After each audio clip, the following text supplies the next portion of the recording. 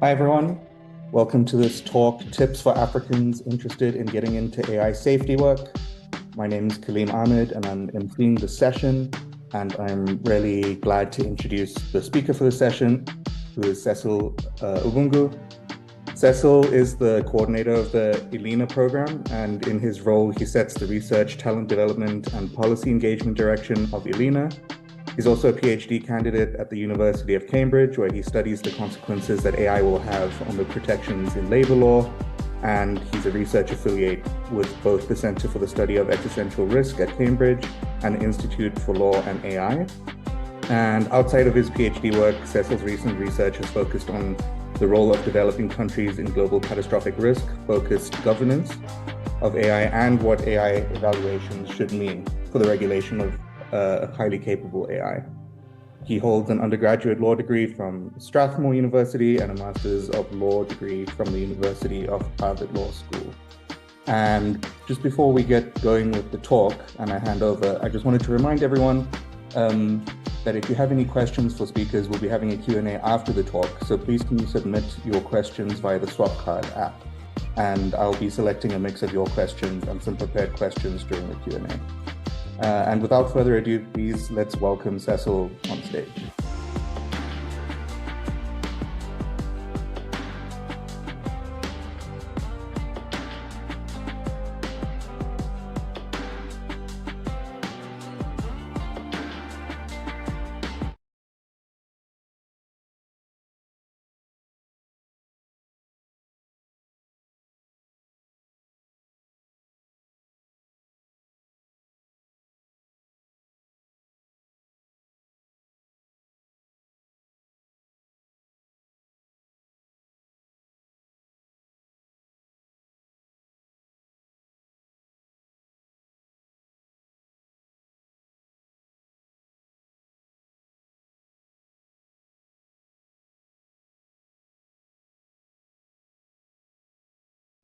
Sorry, my bad. Sorry.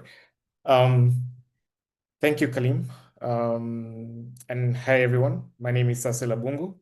And as Kalim has said, my presentation is going to be about what kind of, I'm going to propose some tips for Africans who are keen on getting involved in AI safety work. Yeah, so I hope that you'll gain a lot from this. Yeah. And I'll just show my presentation in full. Yeah. Okay. So I'll start by talking about like just AI safety work. So try and make some sense of AI safety work in general. And then I will come to tips if you're getting started. So if you're at the point of starting, and then I have some tips if you've already started before, but you're trying to break through. Yeah, and then finally I will discuss some of the biggest impediments that I think are in your control if you're someone who's trying to get started or trying to break through. All of this is kind of like influenced by the work I've been doing in the last 4 years with ELINA, which a substantial amount of it has been talent development. So finding the right people um, and helping them to transition into AI safety work and breakthrough into AI safety work. So we'll start with making sense of AI safety work. So I think many of you already know, and if you already know, I apologize for this boring part of the presentation. But yeah, I think many of you already know that AI safety, the interests of AI safety is in preventing catastrophic risk from occurring through artificial intelligence. Um, so I imagine you already know that catastrophic risk is equal to like a kind of risk that can lead to significant amount of people dying or being, I guess, like physically harmed as well. Yes, so that's the kind of AI safety I'll be talking about. I mean, obviously, there's other understandings of safety that one could have that go past this. But for my work, for my presentation today, and my work in the last 4 years has been focused on this kind of AI safety specifically.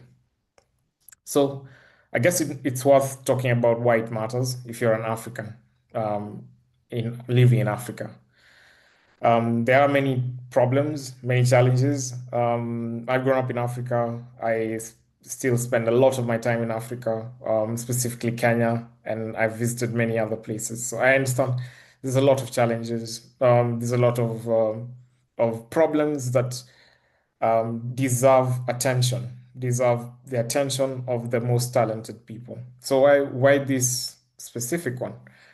Well, I think we've written papers outside of this. If you just Google, you'll find lots of work or that exists on this. But I would summarize it by saying that um, there are contextual reasons why these catastrophic risks could be more damaging in African countries or um, could come out of African countries specifically.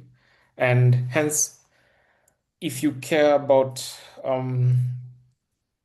I guess, the fact that life is worth living and life is valuable in general, I think this should interest you. I think that this question should interest you. Yeah. Um, I also think, obviously, in the larger context of AI and like what AI will mean for the future, this is just beyond like safety specifically. We do need more and more Africans thinking about this, working on this, because it's an important topic. And if we don't do this, other people will do it. And that might not, they might not take into account the context of the African countries. Yeah.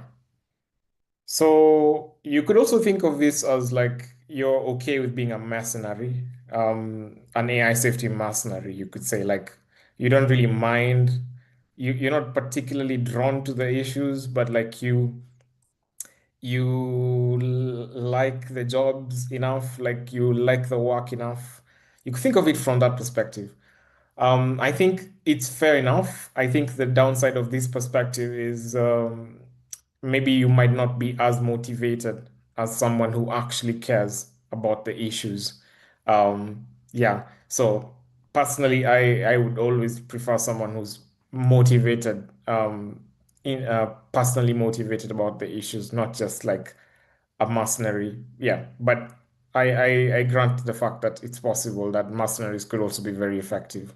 AI safety mercenaries, so to say. So, what kind of work is going on? I think if you've followed the field a little, you would know it's the usual. There's a lot of research happening, both technical and governance related research. Technical research asks questions about the design of the models, interpretability, um, yeah, evaluations, and so on and so forth. Then there's the governance research, which asks questions about, I guess like uh, legal devices, about policy decisions and how they should look, and so on and so forth. So that's more governance-oriented research. Then there's a lot of work related to event planning. So bringing together people, planning conferences, planning workshops, bringing together people. I guess something like what's going on here today, something like that. And then there's policy engagement, and that's more of at talking to policymakers. Now, this could be translating research into terms that they can understand. It could also be directly contributing to policy conversations. For example, if a country is writing a national AI strategy, getting involved in that, giving tips, giving opinions, and so on and so forth. So I would categorize the major work that's going on into these three categories. Yeah. I personally get involved in research a lot and policy engagement slightly as well. And I attend events frequently. So finally, on this point, contextual difference for an African living in Africa. Now, I mean, having done this for 4 years, I'm pretty certain there are reasons why it's harder for an African living in Africa to break through, to get started and to break through. Those reasons range from the fact that, for instance, there's just not that big of a community working on these questions, which makes it a little lonely, harder to get involved. To stuff like resources are few, so like opportunities, like opportunities in terms of fellowships, opportunities in terms of research centers, there's so few. And I think on top of that is the fact that like resources that you feel more like represent your realities are also few. So I think it's obvious to anyone who's closely attentive that there is a contextual difference that matters here. And my presentation is taking that into account. My presentation today is taking that into account. So um, I'll now get to tips on getting started. So this is for people who are like you've just learned about this maybe in the last couple of months. You've known about it, but you've never really gotten started, and you're thinking about getting started. The first thing I'll say is I think you should take time to get a good grasp of the goals of the ongoing work. So these are what is the mission, right? What is the goal? So a lot of the work that's going on is not just work for its own sake. It's work aimed at producing certain results. And I think it's really important that you understand those results that are being aimed for. You can find the answers, as I'll say later, in research, in blog posts, etc. But I think it's important that you get a good grasp of the goals. The second thing I'd say is you should take time to get a good grasp of the scope of the ongoing work.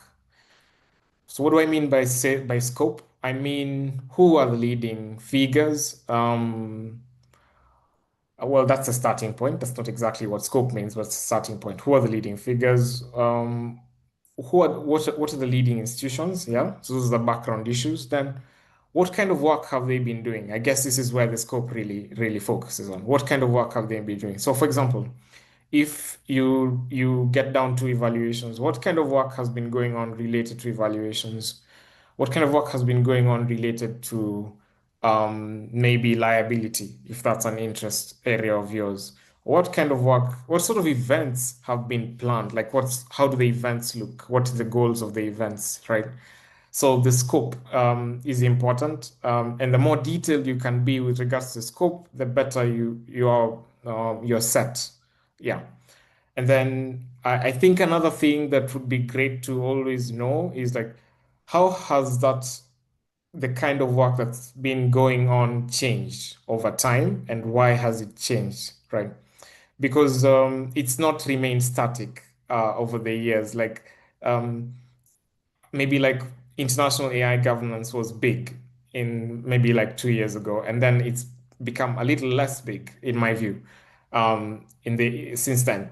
So there have been changes, and it might be good to know what has changed and why exactly these changes have happened.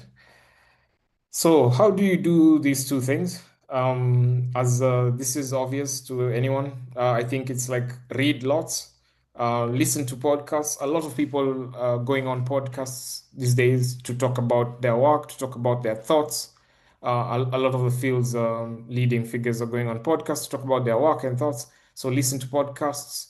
I believe there's probably some YouTube videos that would be useful as well. Plan and attend meetings with people who've been doing this work. I think this is very helpful. Like cold email people, ask them to meet with you. Obviously, like shape your email well or like design your email well. Yeah. So that's what I think you should be doing if you want to get this to do these two things that I've just mentioned. How to decide who and what. This is like who to talk to, what and what to talk about, or like what to read, which figures to read.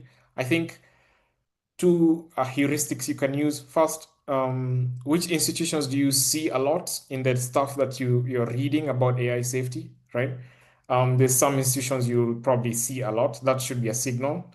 Then which figures who do you see a lot as well? And that could be a sign, a good heuristic to use as well. I think also AI is just very useful here. Like if you ask Claude or like Gemini to tell you the leading figures, it probably would get close to the right answer at the very least. So that's another thing I would suggest. Yeah. I would also suggest that effort, time, self-correction, and guidance are essential. So effort, just plain old effort. Time, you do need to put in time, and self-correction, like figuring out where you're going wrong. For example, at the beginning, when I was starting out, I did a lot of quizzes to just figure out like how good my understanding is. Yeah, and correct where necessary. And then finally, active learning is better. So I think like if you're reading to find out things, it's easier to read when you have a blog post you want to write than if you're just reading for the sake of reading. So active learning when you're actually working on something is better than passive learning. Yeah.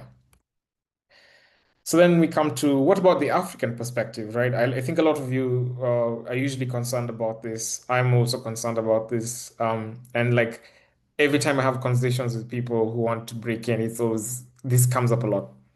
So I might say something a bit like unexpected, but I think it's important. But oftentimes when people present it as a goal for them in getting into this work, it's often vague, nebulous, and prevents a lot of people from doing the hard work of learning the things they need to learn.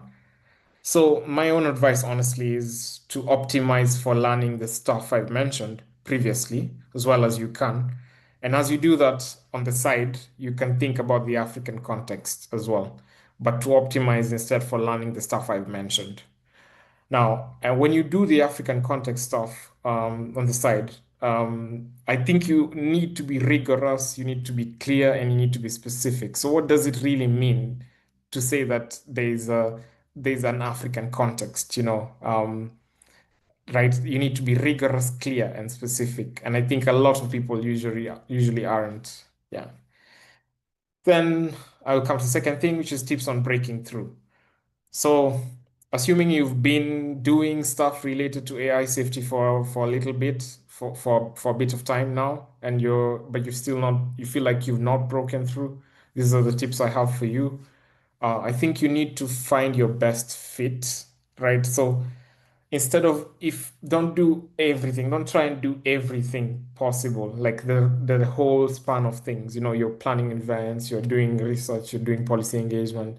Like try to find your best fit. Where do you want to focus your attention? So do you want to be a researcher? Is this where your best fit is? If so, which specific areas? Because of course there's a lot. Yeah. Do you want to do policy engagement? If so, who exactly do you want to engage? Um, you know, and do you want to do it through organizing events? Do you want to do it through directly speaking with them, planning meetings and speaking with them, or doing workshops? Yeah. And then finally, do you want to be a public intellectual? Like, so in that case, it would mean maybe doing TikToks, doing YouTube videos, doing Substack essays, right? So what's your best fit, I guess, is the thing you need to ask yourself. Then you need to build some rough personal strategy. So don't just do it without like some kind of strategy, right? So what's your rough personal strategy? I do one every year. I think that's a strategy for improving, a strategy for growing, improving your knowledge, improving your skills, and growing, like going to the next level, and then meeting your goals. So I imagine you have goals when you're getting into safety, right? So strategies for meeting those goals. And I think obviously you need to be insanely disciplined about them. The fields become really competitive these days. For all sorts of opportunities, there's a lot of applicants. So you just have to be insanely disciplined, I think. Yeah. And then one more thing here is like be prepared to pivot. So as I said earlier, things keep changing, the dynamics change, right? There was a Biden government, there was a Biden admin, and now there's a Trump admin. Like, what does that mean for international governance, right? So you have to keep up with what's going on because it has an implication on whether your work will be useful or impactful. And it's important to think in scales, like how useful is the work you're doing? Yeah. Uh, just to continue on breaking through. So here are some possibilities of a personal strategy, right? You could say I'll learn the field, then I'll do blog posts on topic X and topic Y, or like I'll figure out the topics and then I'll apply for fellowship Z.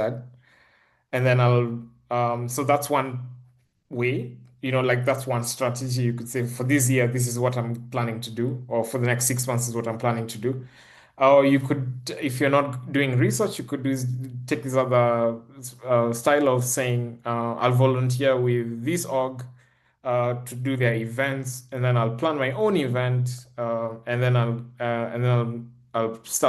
try and start an event org that does that kind of thing. Um, just a note here, it's really important to have global standards. Um, in my view, this is one of the biggest challenges because um, I've grown up in Kenya. I've been born and grown up in Kenya. Like the standards of certain things are just like not the highest. Don't know how else to say that really. And I think this is true of many other things. Um, the f- when you try and break through the field, your standards need to be global. I guess that's the point I'm making. Like you can't have like you have to think like what are the best people out there doing about this issue? So I have an example here, two examples. Like if you're planning an event, right? I think you should look into, for example, I've been interested in the Curve. This is an event bringing together policymakers, etc., in San Francisco, or even like yeah, even EAG, right? Like how do they plan this stuff? How do they think about the topics that they select? How do they think about the speakers they bring together? Yeah, like so you have to compare what you're doing or think about how the best people out there are doing what they're doing, and then try and match or be better than that. If it's research, for example, you should be polling your work against GovAI or like other leading researchers on in the field, not just like thinking about your own context alone. Obviously, you could be writing about stuff related to your context, but the standards need to be very high. I guess that's what I'm saying. Yeah. And then be consistent, go hard and be obsessive. So I think from my perspective, like the people who usually break through are usually pretty consistent, pretty hardworking, and pretty obsessive most times. And then finally, consult a lot. Like guidance is so helpful. There's a lot you don't know. There's a lot you might not be able to know by reading things online that you could know by having chats with people, because they have contextual knowledge about, for example, Fellowship X and what exactly it optimizes for in candidates that you wouldn't just find on the website of the organization alone. Yeah.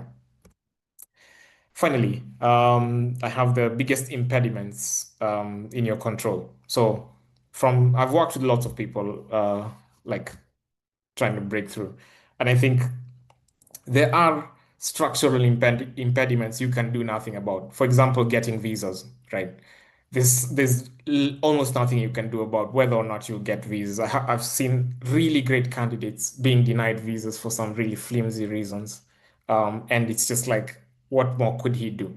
But there are things that you can do something about, and so I'm focusing on things you can do something about that are also, in my view, some of the biggest walls that prevent people from taking the next step, breaking through. Yeah. The first is like you can decide to be casual or you can decide to be serious, you can decide to be thorough, and you can decide to be rigorous. There's a lot of people who do this work kind of casually, honestly. Like it's okay, but there's no real like attempt to be very, very good at it. And I think that's what I define as casualness. And I think that's not gonna work very well if you're trying to really break through. Like you need to make an effort to be thorough, to be rigorous, to be serious. And this is painful often. Like it's it's energy consuming, it's uncomfortable, it's painful sometimes to realize that, well, actually, you're not as good as you thought you are. And there's a lot you need to do to get better, but it's possible. And like, yeah. The second thing I'd say is the time you have. I've seen so many great people who they there's they've just not given enough time to it, right? And if you just don't give enough time to it, there's a hard limit to how far you can go. Um, so if, for example, you have a full-time job and you're trying to break through while also doing your full-time job, this can be really, really hard for you. Vis-a-vis if you can set aside 4 or 5 hours a day and try to break through. I think that's a lot easier. So I think it's just sheer time, sheer amount of time you can give is a very important thing that is kind of within your control. Although, of course, I recognize some people would love to break through, like, but you need to make a living as well, which complicates the story considerably. I think if you're in that kind of situation, maybe just be really like make use of your free time as well as you possibly can. Yeah. The next thing I'd say is the effort. I mean, I guess that's the same thing as the first one, so I won't belabor the point. This is just like sheer amount of effort. I think it's worth looking into productivity science, like how can you make yourself more productive than you are? Yeah, so that might be something that you have in your control. Finally, this is another important one. I think it's really important that you're able to think carefully and execute things carefully. So it's one thing to do it to work hard. It's another thing to be rigorous. It's another thing to have high standards. It's another thing to be careful, like to know your cognitive errors, like to know when there's a cognitive error in a way if someone has thought about something, to improve your counterfactual thinking, to be able to do counterfactual thinking well. I think those things are really, really important.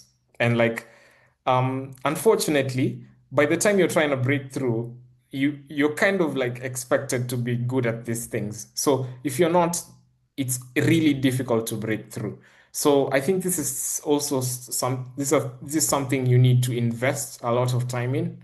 My own view is like the best way to learn this is by doing. Get yourself into um, scenarios where people do this a lot, like think through things carefully, argue about things carefully, read things like the EA forum. I've always been a big fan. Like if you read the piece and then you read the comments and you do this very often, you will improve because you see how people think about things and reason through things and disagree. Yeah. Yeah. So that's the other comment I'd give. Now, finally, as I conclude, I'll say something about the ELINA program. I do think we are one of the best places to come to today if you want to do AI safety work in Africa. So what we've been doing this for about 4 years now. Um, our mission is has been for a long time talent development. Has been a primary mission for us, like being a platform through which Africans can get into AI safety work and go to the biggest places doing AI safety work. So, in the last 2 years, though, we have expanded our mission further. So now we do more internal research to help the goals of AI safety. And we are also doing some policy engagement, international governance policy engagement, and also African countries policy engagement. So policy engagement in African countries and African governments specifically. So what we that's what we've been up to, I guess. Pretty much. I guess I've kind of said what we've been up to. Yeah, that's what we're up to at the moment. Notable successes. We've had people going to GovAI. We've had people going to TFS. We've had people who've GovAI TFS. Yeah. I think it's the two big institutions we've got people into. Yeah, and like we have people who've continued, yeah, continued doing AI safety work in other like kinds of settings, like for example, talent pipelines settings in other orgs as well. Um, yeah, uh, those are notable successes, and we hope to have more in future, especially as we do research and policy engagement. Now, opportunities. I think if you're keen to get into this kind of work, the biggest way through for us, at least, is the Junior Research Fellowship, which opens at the end of January. So please be on the lookout. Have a look at the website. We are really keen on getting the best people and helping them to break through. So that's the biggest opportunity. That's the biggest way we can help you. Um, Apart from Elena, obviously there's AI Safety South Africa, which does some of this stuff as well. And I'd recommend that people have a look at that if they're interested. Yeah, obviously it's easier to break through when you're in one of these kinds of things, but you could also like help yourself out. You could do self-learning and then apply for things in other places. Yeah. So I'm going to stop there. Thank you so much. I hope that this will help someone or will help those who are listening. And I'm happy to answer questions until the top of the hour. Yeah. Thank you.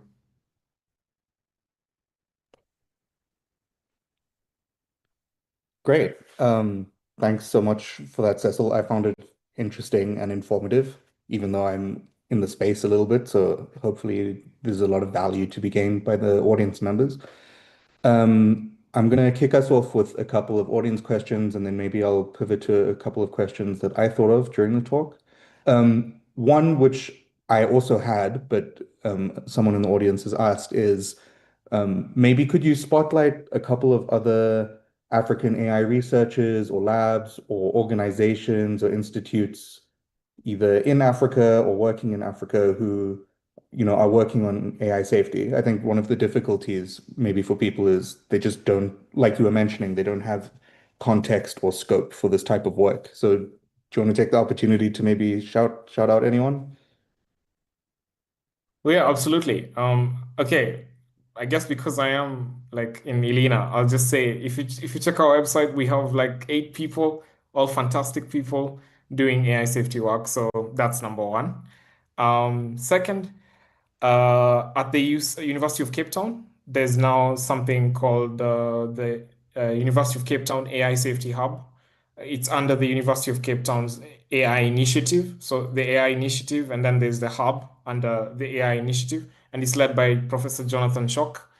And I think he's doing great work, and that's a really promising place as well. Very closely connected to this is the Global Institute for AI Governance. That's Rachel Adams. It's also a collaborator with the UCT AI Safety Hub. Apart from that, there's the AI Safety South Africa, which used to be AI Safety Cape Town, but is now AI Safety South Africa.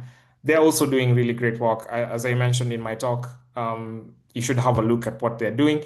They lean a lot more towards the technical side of things, but like, yeah, I'd recommend them. In Nigeria, I know TGov. TGov's like a think tank-ish. I think it's worth like having a look at TGov as well. I think behind that is Zakaria Yusuf. And then I believe it's my understanding now there's an AI Safety Nigeria. I've not like interacted sufficiently with what they're up to, but I think there's that going on.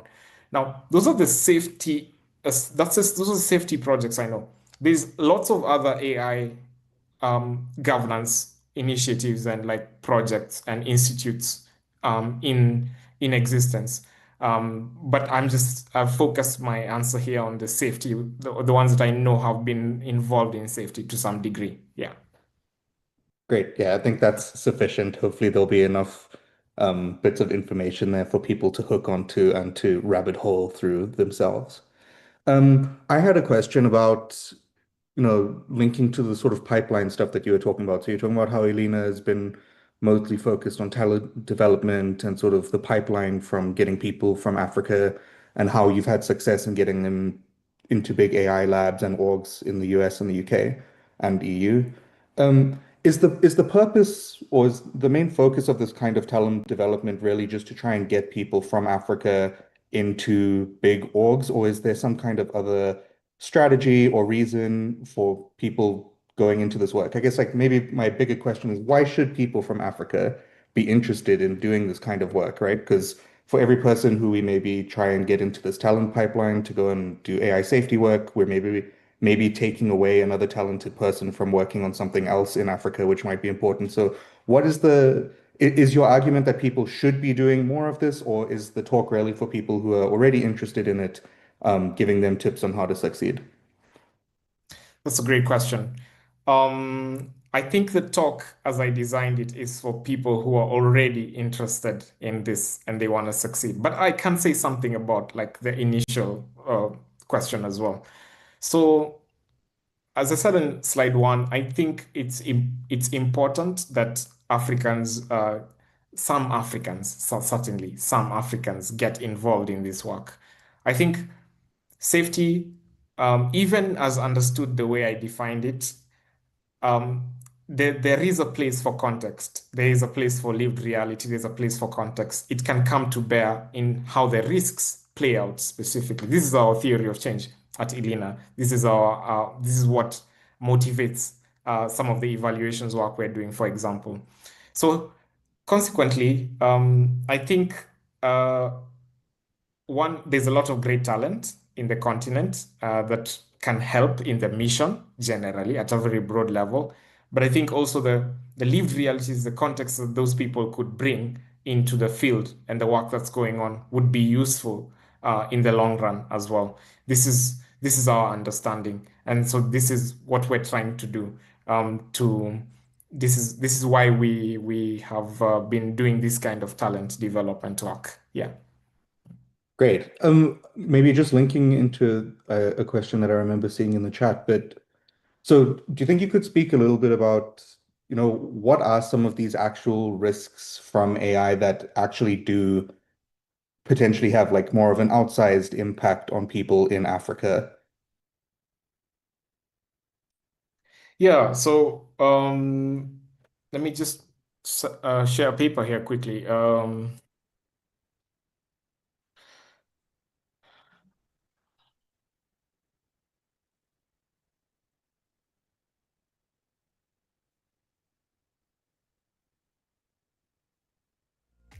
So I'm just gonna share this paper and I'm gonna like recommend that people have a look at it. We wrote it last year, and we kind of listed some important ways in which catastrophic risks could be particularly consequential in countries in Africa. And we specifically pointed to one, conflict, and how highly capable AI could lead to significantly more damage because Africa is prone to conflict. And so highly capable AI could lead to weapons that could cause a lot more damage. We also pointed to the fact that highly capable AI could create a much harsher economic reality for global South people and Africans. If jobs are automated, if work is automated, the people who would struggle, I think, the most might well be um, global South people and African people specifically. We also talked about authoritarianism and repression and how highly capable AI could create new tools that could be used to in a way that leads to more authoritarianism. As you guys know, Africa has been rife with authoritarianism since colonialism. Then we highlighted the fact that it could lead to unparalleled manipulation because of undereducated populations. So highly capable AI could enable unparalleled manipulation. And finally, I think this is one that's well, there's two more. One that could result in mass death, which is basically, we think, like loss of control. So highly capable AI could lead to loss of control, which could result in mass death in Africa. And finally, the subordination of global South people's culture and African culture specifically. I think this is a more commonly known one, commonly discussed one. So yeah, So those are the ones we wrote in that paper. Now this year we have a new research agenda where we're trying to figure out some more specific ways this could play out, threat models that this could play out in. And because my colleagues are working on that faithfully, I'll just say like have a look at our website in Feb, and we'll have a paper on this specific point. So there'll be more detail. Yeah. Great. Yeah, I'm sure I'll at least keep an eye out. I'll set a calendar reminder. But for context, for the people who are watching this later, the paper is titled Why Global South Countries Need to Care About Highly Capable AI, and it's the CIGI paper number 311. So you can give that a Google and find it afterwards if you're interested. Thanks. Yeah, I think that was pretty convincing. Hopefully that answers that person's question. Maybe linking back a little bit to your work at Elena and pipeline stuff and talent search and development, could you give a sense of what the sort of biggest mistakes or maybe like the biggest yeah, like negatively contributing factors are to unsuccessful applications at Elena? So what are some of the things that you're looking for and maybe wish you saw more of, and what are some very common things that you see that maybe lead to people not being good candidates or should maybe give people an indication that they should do a little bit more work before applying? Yeah, that's a great question. So I think the first one is just a lack of clear understanding of the goals of AI safety and the goals of Elena with regards to AI safety. So as I said before, like we are not just like an all-encompassing AI institute or AI research center. Like we have specific interests in AI safety.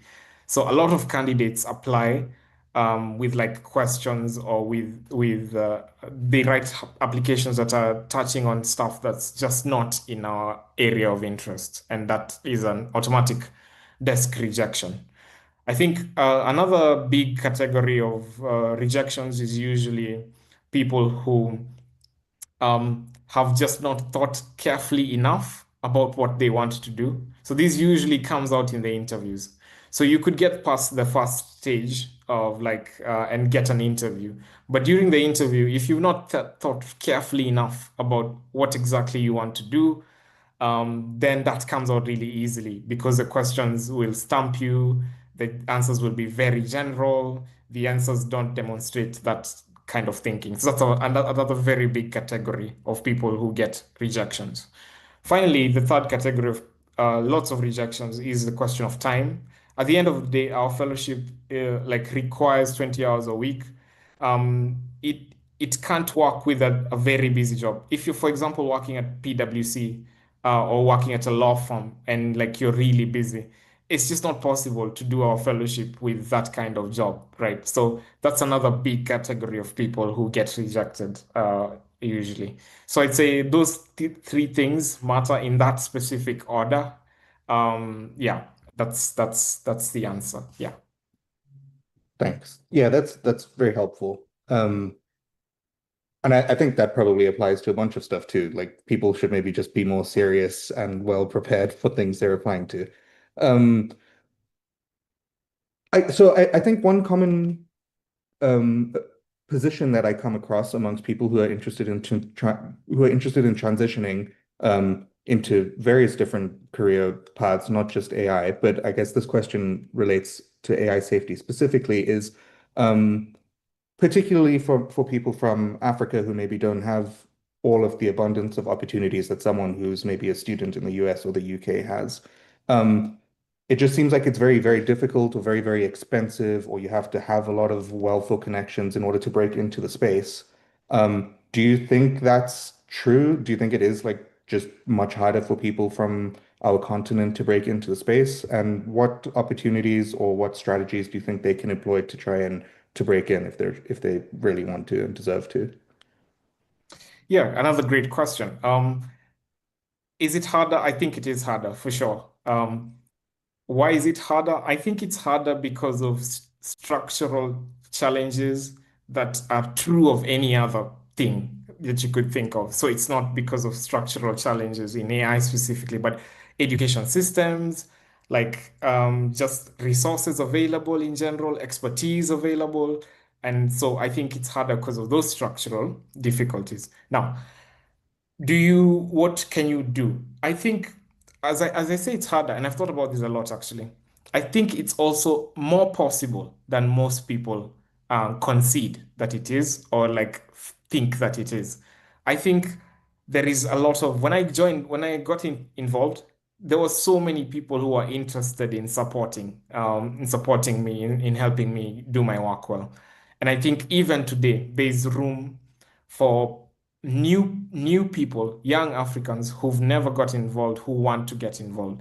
The caveat is the stuff we talked about. Like you've just got to be really thorough and serious and actually do good work. For example, I think writing something is really helpful. Like where I can see your thoughts, I can see how you think, or doing something like planning something. Maybe you've planned something at your university. You host some kinds of events at your university related to AI safety. So showing evidence of this interest and showing that you're doing high quality things at a high level, that's very, very helpful in giving people confidence that if they invest their time in you, it would lead to a positive impact. So I think there's room, I think there's space. It's more open than people imagine it is, but you've just got to show a good record, like evidence that you're actually interested and you're doing serious things, and then show that you're not casual, that you're thorough, that you think carefully, and so on and so forth. Yeah.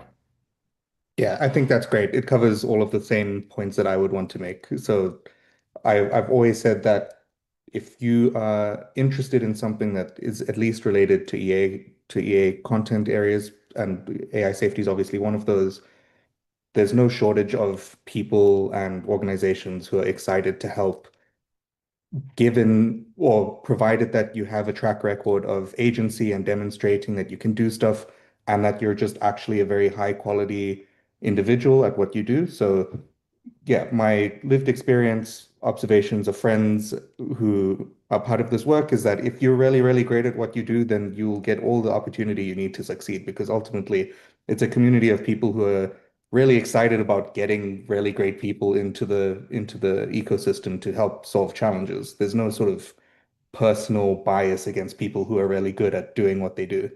So yeah, build up some evidence that you're agentic and that you're excellent, and people will be clamoring for you, I think, is my experience at least. Not personally, but of other people. Um, I wanted to ask maybe a more personal question or to give the audience a sense of your journey. Like, how did you end up working on what you're working on now? So we heard sort of the little stepping stones in your journey from Swarthmore to Harvard and now you're at Cambridge. But was there ever a moment, or is there a moment that you look back on where that sort of connection was made, or where you developed this interest, or when you realized that it was super important? Yeah, could you just tell everyone a little bit about that? Yeah, absolutely. No problem. So I grew up in Kenya, went to school in Kenya, undergrad all the way to undergrad. Did a law degree mostly because I actually kind of wanted to do journalism, but like you can't really have well, journalism's kind of discouraged, like if you want to have an important career. So I studied law instead at undergrad level. Somewhere there, I felt like I wanted to be a researcher towards the end of my undergrad degree. And I did a lot of constitutional law research towards the end of my undergrad degree and immediately after my undergrad degree when I was a teaching assistant for 2 years. But at that time, I kind of was reading things about EA, first of all. Actually, I used to read about EA on in Vox. They used to have this future perfect thing, and then Washington Post, and so on and so forth. And then I was also sort of interested in AI as a field of like, well, this could change the world, right? Because so I've been doing constitutional law for a long time, but I was interested in what sort of things are the future, like what could be big in the future. But the thing that made a difference is heading to Harvard. I think when I was at Harvard, those Bachman Klein Center, those books I could get, those people I could speak to, and that really opened the way to like learn more about artificial intelligence. So that was very helpful. I would also say the fellowship I did immediately after. Those days it was called the Legal Priorities Project. Now it's called Institute for Law and AI. That was very, very essential to my leaping into the next step. I met the people who are doing AI safety work right now. They're the ones who helped me get to Center for Study of X risks at Cambridge. Then at Cambridge, things just kept happening. I guess things just flowed from there. But I would say heading to HLS and then doing the Law AI Fellowship, which is open by the way right now, was extremely essential in like getting me into it. And then obviously like I've been helped a lot by specific individuals. Like it would probably not be worth mentioning them by name now, but there's been specific people who've helped me out, mentored me, given me opportunities. Yeah, I've also got lots of support from Open Philanthropy, lots of support from Survival and Flourishing Funds, lots of support from a gentleman by the name of Jueyan Zheng. So yeah, those kinds of things came together nicely. I think the fellowship is what convinced me that AI could have these kinds of risks, and therefore we need to do something about that. Initially, I'd just been like AI could be consequential, but I hadn't thought much about like it having those kinds of risks. But doing the fellowship, talking to people, reading work is what convinced me about that. And since then, I've just been doing this kind of thing. Yeah. Great. Yeah, thanks for that. I'm sure people will find it interesting. And in general, you're an inspiring person. You're always one of the sort of shining lights of EA and AI safety in Africa that I'm able to name to people. So yeah, Thank that's you. great. That's really kind. Thank you. We've got a couple of more minutes, so I'm going to try and pull out a couple of questions, or maybe we'll have time for one or two questions.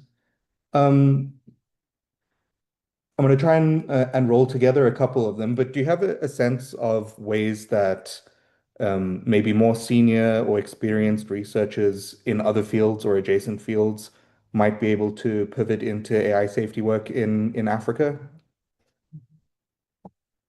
Yeah, that's a great question as well. Uh, I guess if I was in their shoes, what I would do would be to apply for one of the more um, like higher level fellowships, like that take more experienced candidates, and they do exist. GovAI, Law AI, a bunch of them that take more high level candidates. I think that would be a really good way to like get into it. Another possibility I think is I would build a project and apply for funding, which is still possible. Like you can just build a project. It could be an event that brings people together. It could be like a research agenda that you'll execute for 1 year or like 6 months. I would build a project and apply for funding and see how that goes as well. So that's the other way I would recommend doing it. Yeah. Great. Do you have a go-to sort of website or resource for people who are interested in that? The only thing that comes to mind would be the 80,000 hours job board. I know there's stuff posted there that is sometimes a fellowship posting or something. Do you have other resources? Um, to be honest, no. Like, but if anybody writes to me, I would like try and send. We have like Google Docs where we keep these kinds of things out, and like I'm happy to share the Google Doc with anybody if they write to me. My email's Cecil at ilinaprogram.org. It's actually on the website as well, so you can find it easily. Yeah. Great. That's very generous of you. Thank you. Yeah. I guess last question is Mhm. if well, you do have the spotlight now. So is there any single paper or podcast or piece of writing or media that you would highly recommend to people who are interested in this topic? So anyone who's watching, if there was one thing that they could go and focus on, what would you have them consume? Oh man, that's a tough one. Yeah, unfortunately, there's just too many. I can't like pick one specific one. Like there's just so many great people. Yeah, yeah, yeah. I think that's I have a hard time. Yeah, like selecting one specific one. Yeah, yeah, it's a good problem to have, or it's a good place to be for us that there's too many good resources to point people towards because it hasn't always yeah. been the Great. Okay, well, I think that's it for the questions, at least from me, and it looks like from the chat. I'd like to thank you again so much, Cecil, for all the work you do and for the presentation. I thought it was really great. Thank you, Kalim. I appreciate your interventions as well. It was good to hear what you think as well. Thank you. Thank you, everyone. Bye bye.